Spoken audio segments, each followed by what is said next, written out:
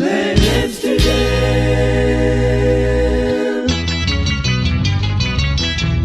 The indie scene is the happening thing, and Len Amsterdam is the digital king. The beat of the street, you're in for a treat. Check out Len. Len Amsterdam, crank it at the jam.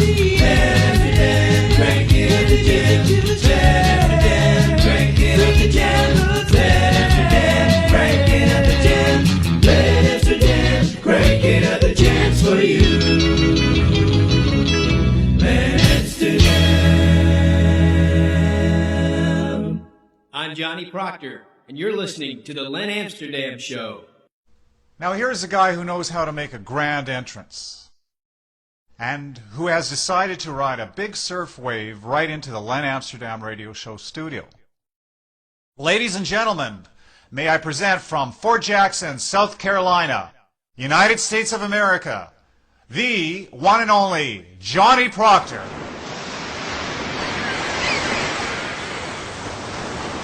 Whoa!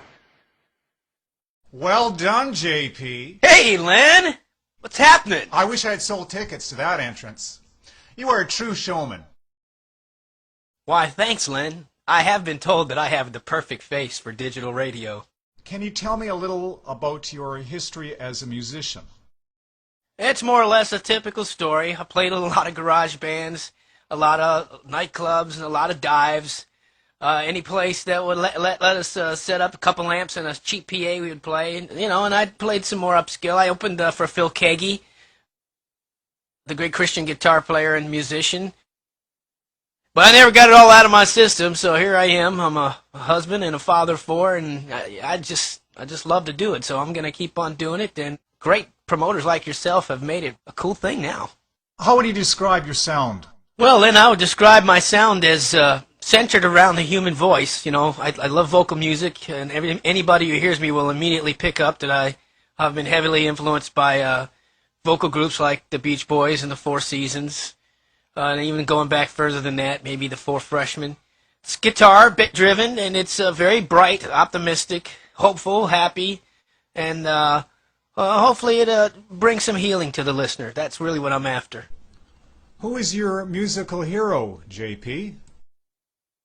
My musical hero is Brian Wilson, and that is something that I make no apologies for. I'm very devoted to trying to learn from the man. He's such a genius, and his music, it's been 45 years since the Beach Boys hit the scene, and their music is still really fresh.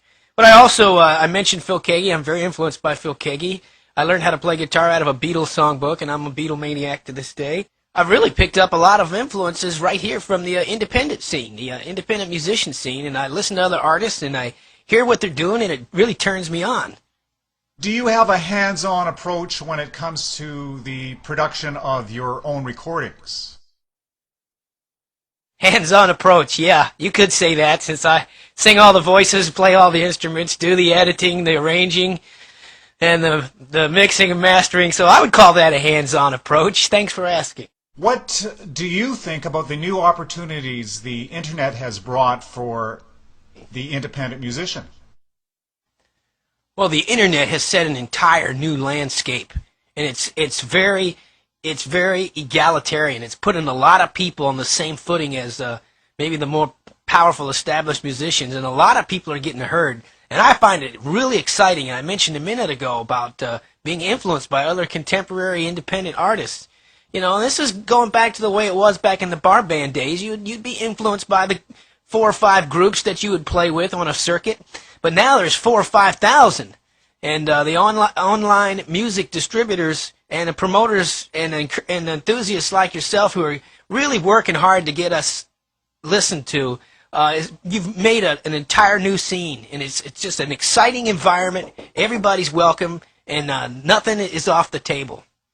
Now, one thing I was very surprised about was your profession, a very demanding one at that.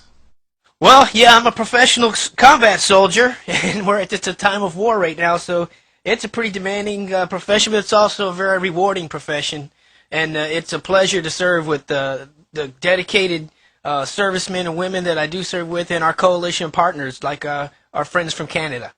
You recently spent some time in Iraq. Yeah, I sure did, Len. I was in Iraq in 2003 and 2004 to remove Saddam Hussein from power. We lost some really good men over there. We really changed the country for the better. I really believe that with all my heart, and I believe that the mission was a necessary one, and I believe that the long-term results are going to show that. Now, there is so much negative press on what the U.S. is doing here. Can you share some positive news from this front, from the point of view of average Joe soldier? Sure, Len, I'd love to. What you won't see on the network news or the cable news is how the people's daily lives have changed, how their eyes are full of hope, and their schools are open, and their hospitals are open, and industry is happening. And even though there is this insurgency and there's just a small handful of really hard-headed bad guys, the people are generally very optimistic. They enjoy freedom. You see what happened on the election day. They all risked their life to go out there and vote. And just to see on a daily basis, you can see the neighborhoods change. You can see the markets opening up. You can see the kids back at school. You look on the news and all you see are turned over cars and flames and all this. But on a day-to-day basis, Iraq's just like a normal country. But it's a normal country that is full of the prospects of what freedom brings. Your website lists one of your dislikes as negativity in a lot of the modern music being produced. Can you elaborate on this?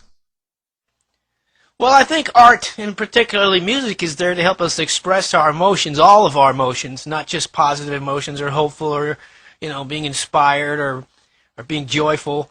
And so there is a place to express negativity and anger and darkness and bad moods and depression and things like that.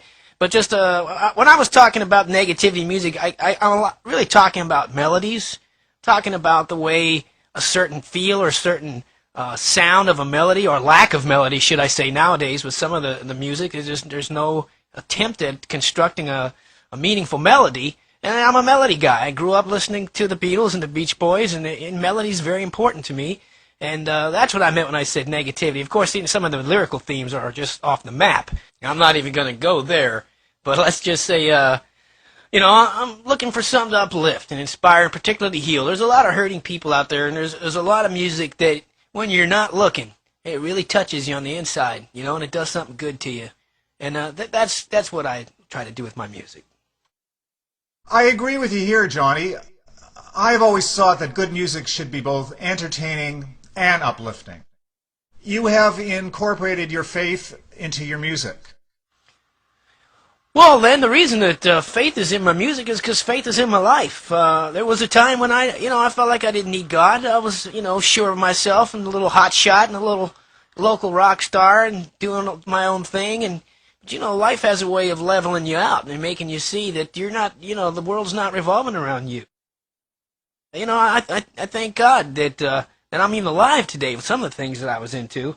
And I try to put that in my music, that God is the purpose in my life, that His love is what drives me and to create and to sing and to make melody and poetry and rhythm and to reach out to other people and say, hey, listen to this. And I get a lot out of music from other people's faith as well. John, can you give out your website address for people who want to find out a little bit more about Johnny Proctor? Sure, Lynn. That would be JohnnyProctor.com. That's where my bio and some pictures and some Army stuff and things like that are there. But also just go to SoundClick.com and do a search for Johnny Proctor, and you'll find a couple dozen of my songs there. Some of them are just demos, and I invite you to listen. Well, that's a wrap. I'd just like to thank Johnny Proctor for dropping in the studio. Johnny Proctor is in the top of my playlist and should be on yours too. Len Amsterdam Radio Show, broadcasting from Canada, heard worldwide.